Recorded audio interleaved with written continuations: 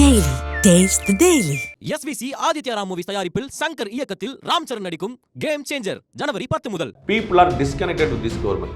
இந்த அரசாங்கத்தோட மக்கள் தொடர்பு அருந்து நிற்கு. நீங்க ரொம்ப எளிமையான உதாரணங்கள். ஆதவர்ஜுனா பேசினதை வச்சு தான் எடப்பாடி பழனிசாமி அப்படி பேசியிருக்காரு அப்படின்னு எடுத்துக்கலாமா? நான் உங்களுக்கு ஏற்கனவே சொன்னேன், கருணாநிதி பிறகு ஸ்டாலின் வந்த போதே இந்த விஷயம் பேசப்பட்டுன்னு சொன்னேன். அப்போ திரு ஆதவர்ஜுனாவே கிடையாது. எனக்கு அதில் மாற்று கருத்து வாரிசு அரசியலில் ஒரு சின்ன டிஃப்ரெண்ட் ஸ்டாண்ட் நான் எடுக்கிறேன். வாரிசு அரசியல் ஏற்கணும் அப்படிங்கிற இடத்துக்கும் போல, வாரிசு அரசியலை ஒட்டுமொத்தமாக நிராகரிக்கணும் இடத்துக்கு போல. திரு உதயநிதி ஸ்டாலினோட திறமையான தமிழ்நாட்டில் இல்லையா? தமிழ்நாட்டில் விட்டுருங்க, திமுகவில் இல்லையா? அப்படி கேள்வி வரும்ல. அப்போ முதல் முறை எம்எல்ஏ ஆனார், முதல் முறை மந்திரி ஆனார், முதல் முறை துணை முதலமைச்சர் ஆக போறாரு, என்ன கணக்குங்கிற கேள்வி வருதுல. அப்போ வாரிசு அரசியலுங்கிறது நான் சொல்றது நாட்டுக்கு நல்லதா இல்லையா, அரசியல் நல்லதா இல்லையான்னு விட்டுருங்க. அந்த கட்சிக்கு நல்லது இல்லைன்னு நான் சொல்லுவேன். அந்த கட்சியில் காங்கிரஸ் கட்சி நீங்கள் ஏற்கனவே சொன்ன போல 100 தொட முடியாத அளவுக்கு தொடர்ந்து 3 தேர்தல் தோல்வி அடைஞ்சிருக்கு. அதே தான் திமுகவுக்கும். திமுகவில் அவர் கூட்டணி இல்லைன்னு அவங்க என்ன ஆவாங்க அவங்களுக்கே தெரியும். ஏன்ட்டு உங்களுக்கு கூட்டணி சேர்றதுக்கு வேறு யார் இருக்கா? இன்னைக்கு பாஜக கூட்டணி இருக்குது, விஜய் இருக்கிறாரு, சீமான் இருக்காரு, வேற யார் இருக்கா? தமிழ்நாட்டில் கட்சி எங்கே இருக்கு? திமுக கூட்டணி நீங்கள் அடிச்சு பார்க்குறீங்க, இன்னைக்கு வரைக்கும் உடையில, நாளைக்கு என்னாவும் தெரியாது, இன்னைக்கு வரைக்கும் உடையில. அப்போ வேற யார் வருவா? பாஜகன்னா பாஜக கூட்டணி உங்களுக்கு வந்துடும். பாஜக வளரலன்னு நினைச்சிட்டாங்கன்னா இந்த பூனை கண்ணை மூடிக்கிட்டா உலகம் இருந்துன்னு நினைச்சுக்கிற மாதிரி தான் கண் கூட பார்த்துட்டு இருக்காங்க. 2026 ஏடிஎம்கே முந்திட்டான்னு வச்சுக்க, ஒரு வலுவான கூட்டணி அமையாம. அப்ப எடப்பாடி பழனிசாமி போடக்கூடிய அந்த கூட்டணி கணக்கு என்ன? அதான் சொல்றேன், வேற அவருக்கு விஜய் எதிர்பார்க்கிறாரு. விஜய் இல்லைன்னா சீமான் நிற்பார், சீமானும் இல்லைன்னா பாமக நிற்பார், அவ்வளவுதான். விடுதலை சிறுத்தைகளை அடுத்து திருமாவளவன் ஒரு பலகீனமான தலைவரா மாற்ற நினைக்கிறாங்களோ அப்படிங்கிற செயல் திட்டங்கள் இங்கே நடக்குதுங்கிற ஒரு கேள்வி இருக்கு. பலகீனமான தலைவரா யாரும் மாற்ற நினைக்கல, அவர் ஒரு பலமான தலைவர் நினைக்கிறாங்க, எல்லாரும் டிமாண்ட் வைக்கிறாங்க. அனைவரும் எதிர்பார்க்கக்கூடிய கூட்டணி அப்படின்னா விஜயோட தான் மென்ஷன் பண்ணி தான் சொல்ல வராரு. அவர் மனசுக்குள்ள தான் சொன்னார், அது விஜய் வந்துருவார் நம்ம கூட நினைக்கிறேன். அப்ப ஆதவர்ஜுனாவோட முயற்சியும் அதுதானா சார்? அது தெரியும்.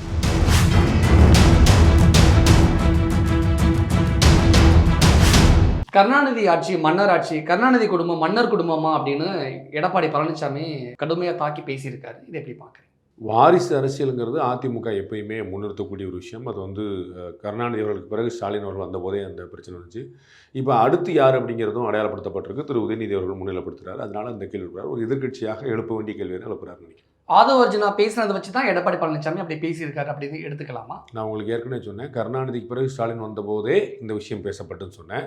அப்போ திரு ஆதவர்ஜுனாவே கிடையாது. அப்போ திரு உதயநிதி ஸ்டாலினுக்கான பிரச்சனையுமே கிடையாது. ஸோ கருணாநிதிக்கு பிறகு ஸ்டாலின் வந்த போதே இந்த விஷயம் வந்தது. இந்த வாரிசுங்கிற பிரச்சனை உதயநிதி அவர்கள் வந்த பிறகு வந்ததில்லை. கருணாநிதி அவர்களே இது வாரிசுகளை நியமிப்பதற்கு சங்கரமடம் அல்ல அப்படின்னாரு. ஆனால் எந்த சங்கரமடத்துலையும் சங்கராச்சாரியர்கள் திருமணம் பண்ணுவதில்லை. அவர்கள் யாருக்கும் குழந்தைகள் கிடையாது. ஆனால் அவர்கள் வாரிசுகள் நியமிப்பதும் கிடையாது. அடுத்தடுத்து வரக்கூடிய வாரிசுகள் தான் கொண்டு வர போகிறாங்க. அது யாரோ ஒருத்தராக இருப்பாங்க, எங்கேயோ பிறந்தவர்களாக இருப்பாங்க.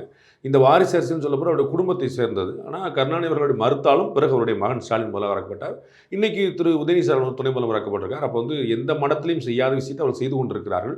ஆனால் மடமா அப்படின்னு சொல்லி கேட்டாங்கிற பார்க்குறோம். அப்போ இந்த பிரச்சனை ரொம்ப பழசு. அது தமிழ்நாட்டில் மட்டுமே இருக்கக்கூடிய பிரச்சனையும் இல்லை. அது இந்திரா காந்திக்கு கொண்டு வரப்பட்ட போதே நேருக்கு பிறகு இந்திராவுக்கு பிறகு ராஜீவ், இந்திரா வரைக்கும் பேசாமல் இருந்தாங்க. ராஜீவ் வந்த பிறகு எல்லாருக்கும் பேசாமல் வச்சாங்க. அதுக்கு முன்னாடி சஞ்சய் காந்தி கொண்டு வர பார்த்தாங்க. இது என்ன இந்திரா, நேரு, இந்திரா, சஞ்சய் காந்தி, அப்புறம் சஞ்சய் காந்தி இல்லை, அப்புறம் ராஜீவ் காந்தி இல்லை, அப்புறம் சோனியா காந்தி இல்லை, அப்போ அப்படின்னு என்ன ஒரே குடும்பத்தில் கொண்டு வந்து பாட்டுறீங்களே அப்படின்னு பார்க்குறோம். இன்றைக்கி நீங்கள் பார்த்துட்டீங்கன்னா தாய், மகன், மகள் 3 பேருமே பார்லிமெண்ட் உறுப்பினராக இருக்காங்க. பின்னாடியே நான் வரக்கு ரெடியாக இருக்கிறேன் எப்போனாலும் சொல்லிட்டு திரு ராபர்ட் வத்ரா சொல்லியிருக்காரு, திருமதி பிரியங்காவுடைய கணவர். அப்போ ஒரே குடும்பத்துக்கு கொண்டு வரதா அப்படின்னு ஒரு கேள்வி வருது. இன்றைக்கி தமிழ்நாட்டில் பார்த்தீங்கன்னா தமிழக முதலமைச்சர் அவர் குடும்பத் தலைவர், அவருடைய மகன் துணை முதலமைச்சர், அவருடைய நெருங்கிய உறவினர் மத்திய சென்னை எம்பி, அவருடைய சகோதரி தூத்துக்குடி எம்பி. இப்படி ஒரு குடும்பத்திலே இத்தனை பேரா அப்படிங்கிற ஒரு கேள்வி எல்லாருக்கும். அதே மாதிரி தான் எல்லா இடத்துக்குமே நிற்கணும்னு பார்க்குறோம். ஒரு திரு அன்பில் மகேஷ் பொய்யாமலையும் 3வது தலைமுறை, தூத்துக்குடி கீதாஜியும் 2வது தலைமுறை. இப்படி ஒவ்வொரு ஊர்லேயும் 2 தலைமுறை 3 தலைமுறை இருக்கிறதா இந்த வாரிசு அரசியல். இந்த மன்னராட்சிங்கிற அவர் எழுப்புற கேள்வி புதிதல்ல, அதிமுக எப்பயும் எழுப்பக்கூடியது. இதே கருத்தை இதுக்கு முன்னாடி ஆதவர்ஜுனா பயன்படுத்தும் போது உதயநிதி ரொம்ப தெளிவாக பதில் சொல்லியிருந்தாரு. மக்களால் தேர்ந்தெடுக்கப்பட்டு தானே ஆட்சிக்கு வராங்க, இது கூடவா அவருக்கு தெரியல அப்படின்னு ஒரு பதில் சொல்லியிருந்தாரு. அதான் நம்ம பல முறை சொல்லியிருக்கிறோம். எனக்கு அதில் மாற்று கருத்து இருக்குது. வாரிசு அரசியலில் ஒரு சின்ன டிஃப்ரெண்ட் ஸ்டாண்ட் நான் எடுக்கிறேன். வாரிசு அரசியல் ஏற்கணும் அப்படிங்கிற இடத்துக்கும் போல, வாரிசு அரசியலை ஒட்டுமொத்தமாக நிராகரிக்கணும் இடத்துக்கு போல, நடுவில் மக்களை சந்திச்சு வந்தால் பரவாயில்லைங்கிற இடத்துல நான் நினைக்கிறேன். அதனால் அதை நான் ஏற்கிறேன். ஆனால் பிரச்சனை என்ன வருதுன்னா, இந்த வாரிசு அரசியனால் பாதிக்கப்பட போகிறது அதிமுக அல்ல, இன்னொரு கட்சி அல்ல, வாரிசு அரசு நடத்த ஒரு கட்சி தான். இன்னைக்கு காங்கிரஸ் கட்சி தேஞ்சிருக்கா வளர்ந்துருக்காங்கிற கேள்விக்கு எளிமையான பதில் சொல்ல முடியும். 3 கன்சிக்யூட்டிவ் எலெக்ஷனில் 3 தொடர் தேர்தலில் 100ங்கிற நம்பர் கூட தொட முடியாமல் தோற்றுருக்கு. இது மாதிரி வந்து இதுக்கு வரலாற்றில் இதுக்கு முன்னாடி அவ்வளோ அந்த கட்சி அவ்வளோ தோல்வி அடைந்தது இல்லை. என்ன காரணம் அப்படின்னா ராகுல் காந்தியை தான் முன்னிறுத்துவேன் அப்படிங்கிற ஒரு அடையாளம். ராகுல் காந்தியும் வந்து ஒரு சரியாக இல்லாமல் போயிடுச்சு அப்படிங்கிற மாதிரி ஒரு கவலை வரும்போது திரும்பி பிரியங்கா காந்தியை தான் முன்னிறுத்துவேன் அப்படின்னு அவங்க குடும்பத்துக்குள்ளேயே தேடிட்டு இருக்கிறனால தான் அந்த பிரச்சனை.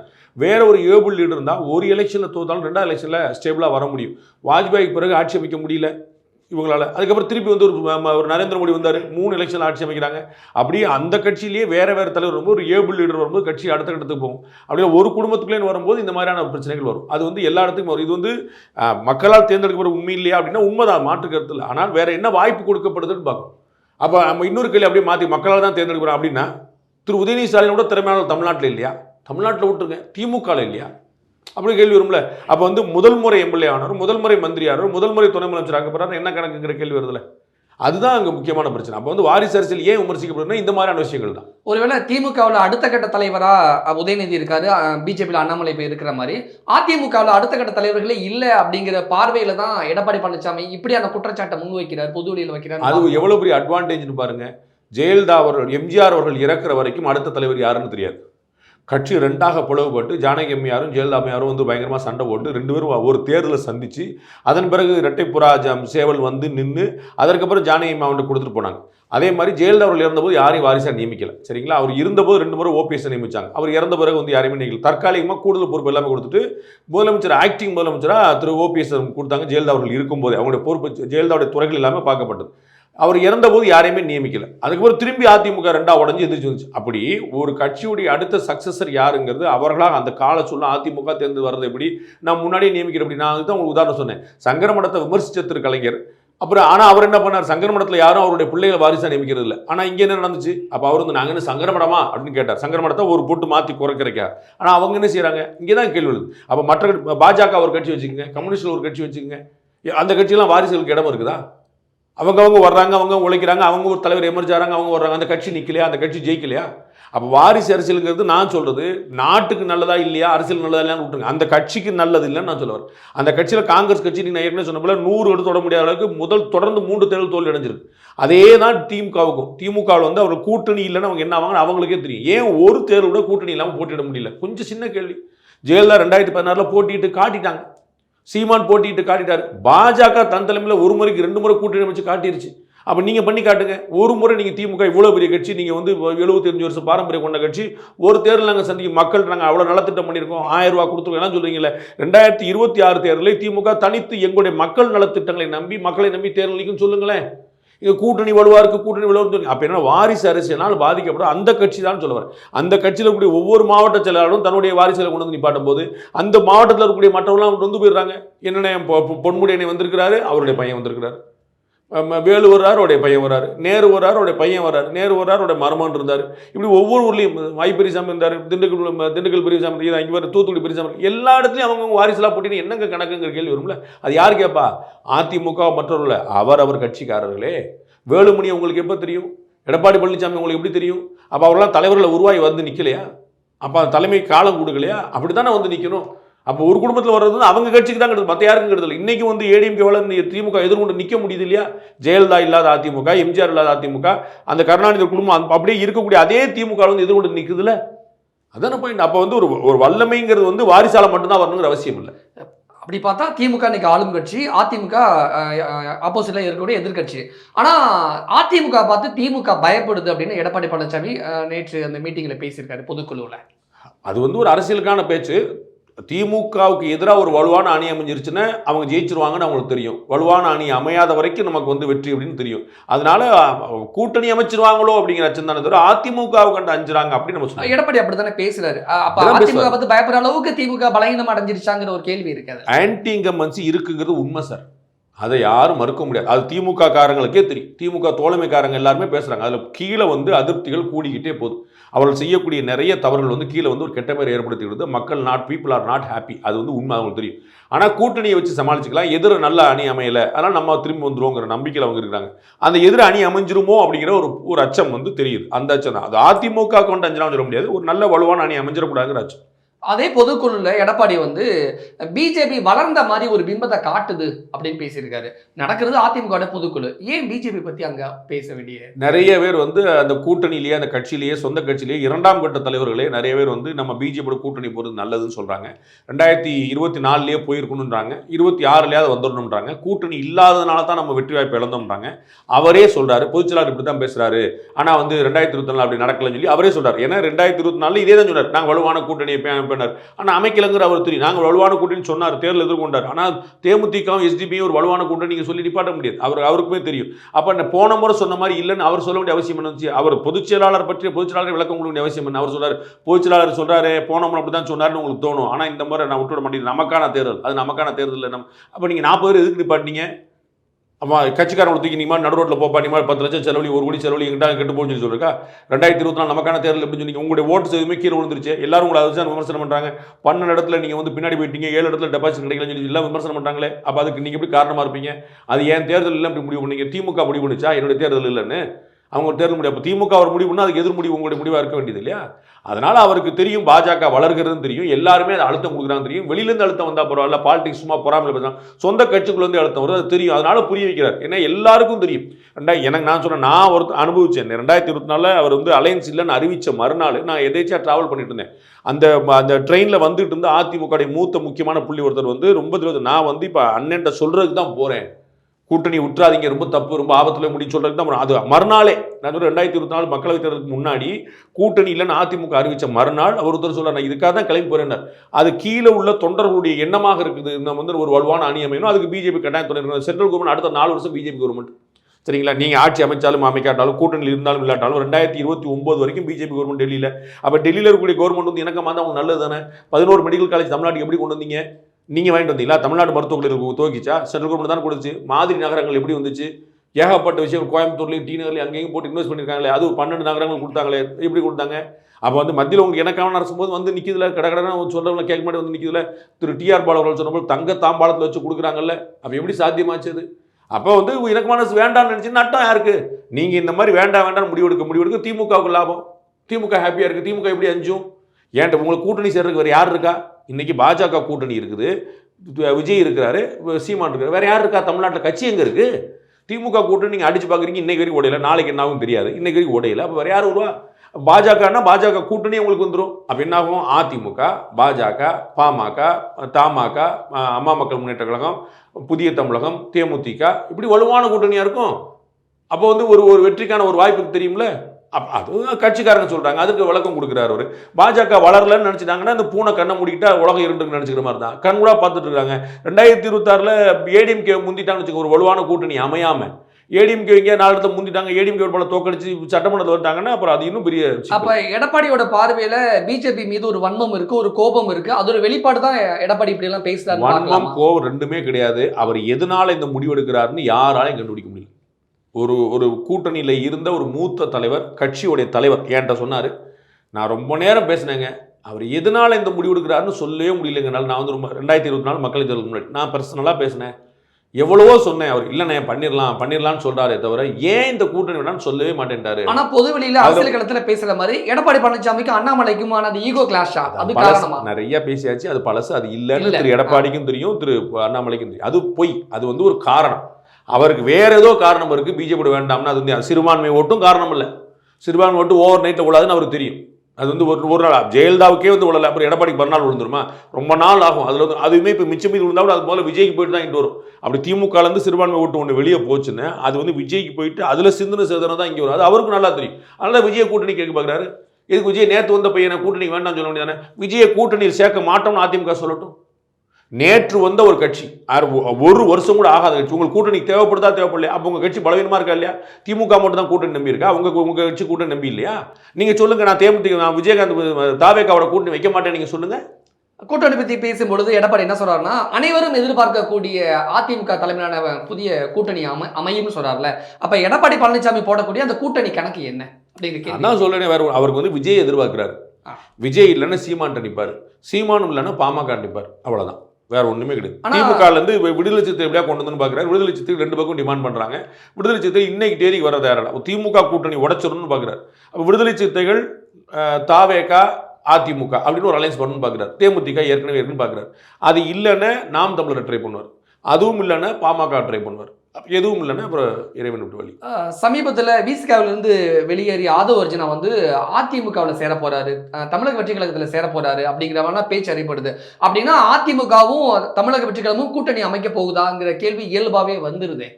அதிமுக முயற்சி பண்ணிக்கிட்டே இருக்குது, விஜய் அவர்கள் இன்னும் கதவு திறக்கல, அதிமுக கதவு தட்டிகிட்டே இருக்கு.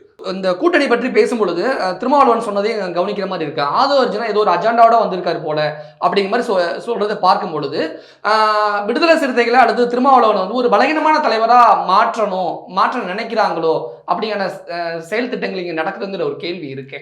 பலகீனமான தலைவராக யாரும் மாற்ற நினைக்கல, அவர் ஒரு பலமான தலைவர் நினைக்கிறாரு தான் எல்லாரும் டிமாண்ட் வைக்கிறாங்க. எதுக்கு விஜய் வந்து திருமாவளவனுக்கு முயற்சி பண்ணுறாரு, எதுக்கு அதிமுக திருமாவளவனுக்கு முயற்சி பண்ணுது? பலகீனமான தலைவர் நீங்கள் எதுக்கு முயற்சி பண்ணுறீங்க? அவருடைய பலம் அவங்க எல்லாருக்கும் தெரியும், அதனால அவங்க வந்து அவர் கூட்டணியில் தான் நமக்கு நல்லது தான் ட்ரை பண்ணுறாங்க. இப்போ வரக்கூடிய 2026 சட்டமன்ற தேர்தலை பொறுத்த வரைக்கும் அதிமுகவோட பிஜேபியும் சேர வாய்ப்பு இருக்கு, தமிழக வெற்றி கழகமும் சேர வாய்ப்பு இருக்கு அப்படின்னு எடுத்துக்கலாமா? யாருனாலும் சேர, திமுகவும் அதிமுகவும் தவிர, காங்கிரஸும் பிஜேபியும் தவிர எந்த கூட்டணி அமைச்சாலும் வியப்பதற்கு எதுவும் இல்லை.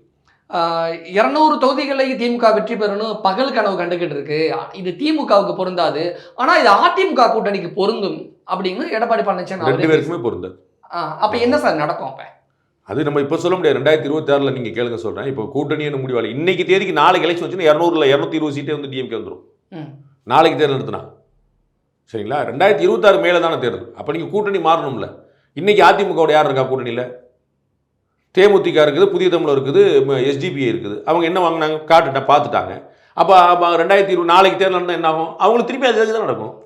அப்ப கூட்டணி கணக்கு யார் கூட போய் சேர போறாங்க? அது வந்தா தான் அப்படிலாம் சொல்ல முடியாதுங்க. அது எல்லாம் நான் தான் உங்களுக்கு சொல்லிட்டேன். உங்களுக்கு பதில் காங்கிரஸும் பிஜேபியும் சேராது, அதிமுகவும் திமுகவும் சேராது. இந்த 4 அலையன்ஸை தவிர மற்ற எல்லா அலையன்ஸ் அமையும். எந்த அலையன்ஸ் அமைஞ்சாலும் ஆச்சு. பாமகவே சேரலாம், பாமக விடுதலை சிறுத்தையும் சேரலாம், எதுனாலும் சேரலாம். அதிமுக பாஜகவும் சேரலாம், எல்லாமே சேரலாம். இது நடக்காதுன்னே சொல்ல முடியாது. எல்லாருமே இன்னைக்கு தேதிக்கு தேர்தல் நடந்தால் திமுக அதிரி புதிரி வெற்றி பெறும். நான் 100 முறை சொல்லிட்டேன். அப்ப எடப்பாடி சொல்லக்கூடிய எல்லோரும் 200 சீட்டுங்கிறது 2 பேருக்குமே சாத்தியம் இல்லை. அனைவரும் எதிர்பார்க்கக்கூடிய கூட்டணி அப்படின்னா விஜயோட தான் மென்ஷன் பண்ணி தான் சொல்ல வராரு. அவர் மனசுக்குள்ள தான் சொன்னார், அது விஜய் வந்துருவார் நம்ம கூட நினைக்கிறேன். அப்ப ஆதவ அர்ஜுனோட முயற்சியும் அதுதானா சார்? அது தெரியும். ஆதவ அர்ஜுனா இன்னும் என்ன பண்ண போறாரு பார்க்காம நம்ம அவர் ரிசைன் தானே பண்ணியிருக்கிறார். இல்ல அவர் ஒரு புதிய முயற்சியில் ஈடுபட்டு இருக்காருங்கிற மாதிரி எல்லாம் அரசியல் களத்துல பேசிக்கிறாங்க. அது ரொம்ப யூகம், too early to comment. Tamil Nadu முழுக்க எடப்பாடி பழனிசாமி சுற்றுப்பயணம் மேற்கொண்டு திமுக அரசுக்கு எதிரான அந்த இதை பற்றி மக்கள் எடுத்துரைக்க போகிறோம் அப்படின்னு சொல்கிறாங்க. ஆனால் ஒட்டுமொத்தமாக இந்தியாவோட பிற மாநிலங்களை ஒப்பிடும் பொழுது மற்ற மாநிலங்களை விடவா தமிழ்நாட்டில் ரொம்ப மோசமான ஆட்சி நடக்குதுங்கிற ஒரு கேள்வி இருக்கு. ஆன்டி இன்கம்பன்சி இருக்குது, நான் ஏற்கனவே சொல்லிட்டேன். இவருடைய பிரச்சாரம் வந்து ஒரு பலன் அளிக்கலாம், தொண்டர்கள் உற்சாகம் கொடுக்குறதுக்கு. ஆனால் அலையன்ஸ் இல்லாமல் வெற்றி இல்லை. நீங்கள் பிரச்சாரம் ஒரு தடவைக்கு 4 ரவுண்டு போனால் கூட 10 பைசா பிரயோஜனப்படாது. கூட்டணி இருந்தால் தான் காப்பாற்ற முடியும். அதிமுக அந்த இடத்துல இருக்குது. நிறைய மக்கள் திமுக அதிமுக அல்லாத அப்படிங்கிற ஒரு கடத்து நகர்றாங்க. அதனால தான் பாஜக வளருது, அதனால தான் நாம் தமிழர் நிற்குது, அதனால தான் விஜய் கட்சி வந்திருக்கு. அந்த அதிமுக திமுக வேண்டாம்ங்கிற எண்ணிக்கை என்றவங்களுடைய எண்ணிக்கை அதிகரிச்சுட்டே போகுது. அதனால தான் இத்தனை கட்சிகள் வந்து நிற்குது, இத்தனை கட்சிகளும் வளருது. அப்படின்னா விஜய் அதிமுகவை சூஸ் பண்ண மாட்டாருங்கிற பதில் இதுல வந்துருது. விஜய் கட்சி ஏன் வந்ததுங்கிறது நான் சொல்ல வரேன். விஜய் வந்து அதிமுக சேர மாட்டாருன்னு சொல்ல. நான் அதுதான் 3 கட்சி சொன்னேன். பாஜக ஏன் வளர்கிறது, நாம் தமிழர் ஏன் நிலை நிற்கிறது, விஜய் கட்சி ஏன் வருகிறது. இந்த அதிமுக திமுக வேண்டாம்ங்கிறோட எண்ணிக்கை அதிகரிச்சுட்டே போது அந்த நம்பிக்கையில் அவங்க வர்றாங்க. Okay okay.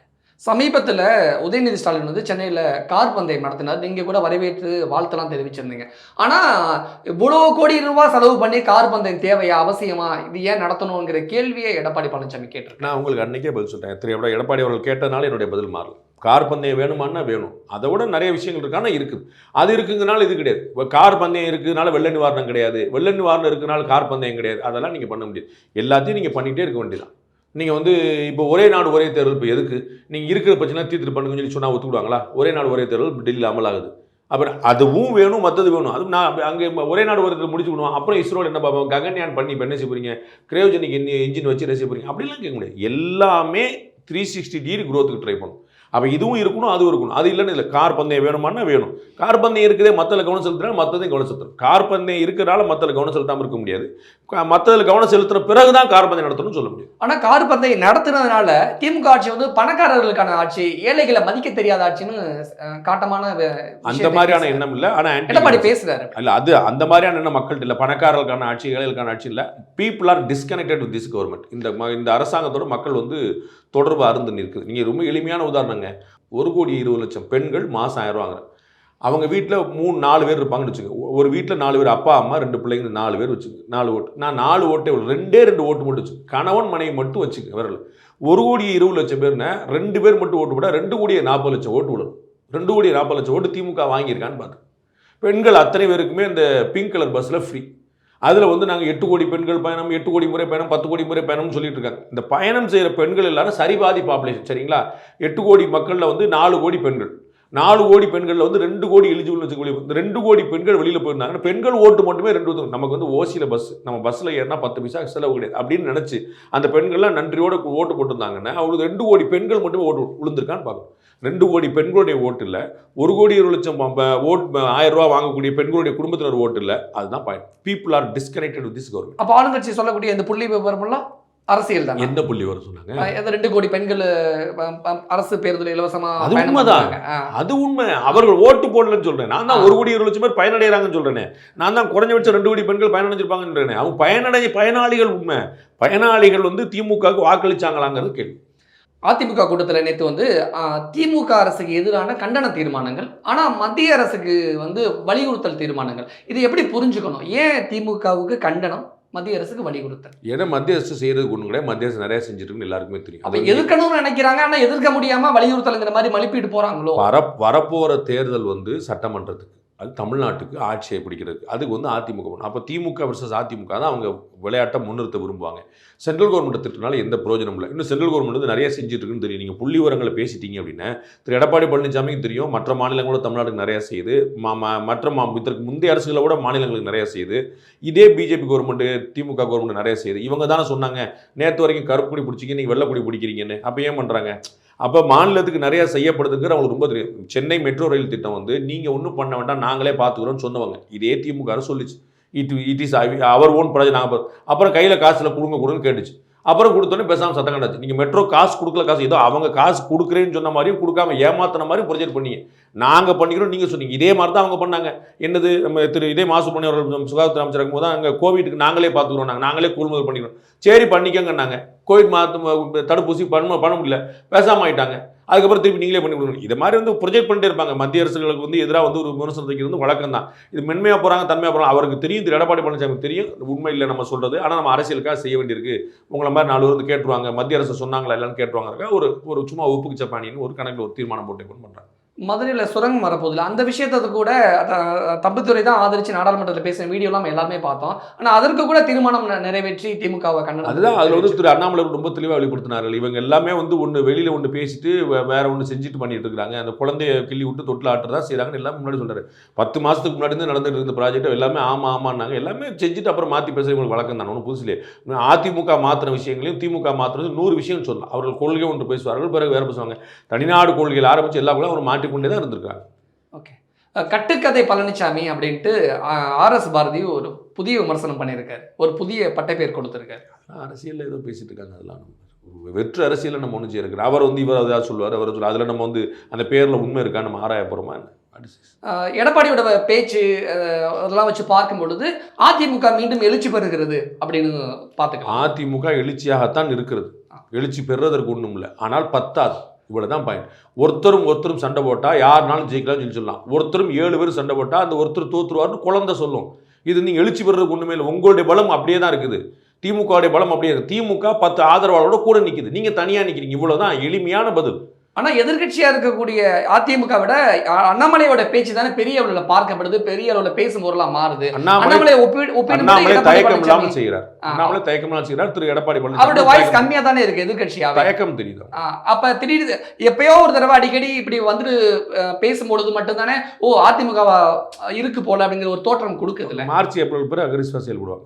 ஏன் சார் தேர்தல் நெருங்கிறதுனால காரணம்? மக்கள் மறந்துடுவாங்க, கண்டுக்க மாட்டாங்க, அப்புறம் பார்த்துக்கலாம் அப்படின்னு சொல்லி. இது இப்படி தான் பார்த்துக்கணும். ஏன் விஜய் எங்கே இருக்காரு? விஜய் எங்கே இருக்காரு? ஷூட்டிங்கில் இருக்காரு. ஆமாம் சார், கடைசி படம்ல அது விஜய். கடைசி படம் முத படம் விட்டு விஜய் எங்கே இருக்கிறாரு? ஷூட்டிங்கில் இங்கே இருக்கு. மக்கள் அவதிப்படலையா, சிரமப்படலையா, நல்லாட்சி மலர்ந்துருச்சா என்ன? அப்போ அவர் வேலையை பார்க்குறாருல. அதுதான் எல்லாரும் அப்படி தான் இருப்பாங்க. கொஞ்சம் அப்புறமா பார்க்குறோம், ஒன்றும் அவசரம் இல்லை. விஜய் ஷூட்டிங்லாம் முடிச்சுட்டு தமிழ்நாடு முழுக்க சுற்றுப்பயணம் மேற்கொள்ள அவரும் திட்டம் வச்சிருக்காரு. அதான் இவர் சொன்னார். அதான் எடப்பாடி விஜயும் தமிழ்நாடு முழுக்க சுற்றுப்பயணம், எடப்பாடி பழனிசாமியும் ஸ்டாலினும் சுற்றுப்பயணம் போவார், அண்ணாமலையும் சுற்றுப்பயணம். மக்கள் குழம்பிட மாட்டாங்களா 2026 எலெக்ஷன்ல? மக்கள் தெளிவா இருக்கிறாங்க. எந்த பக்கம் பலமா இருக்கோ அந்த பக்கம் ஓட்டு போட்டு போயிட்டே இருப்பாங்க. இது என்ன நடக்கும்னு நினைக்கிறீங்க சார்?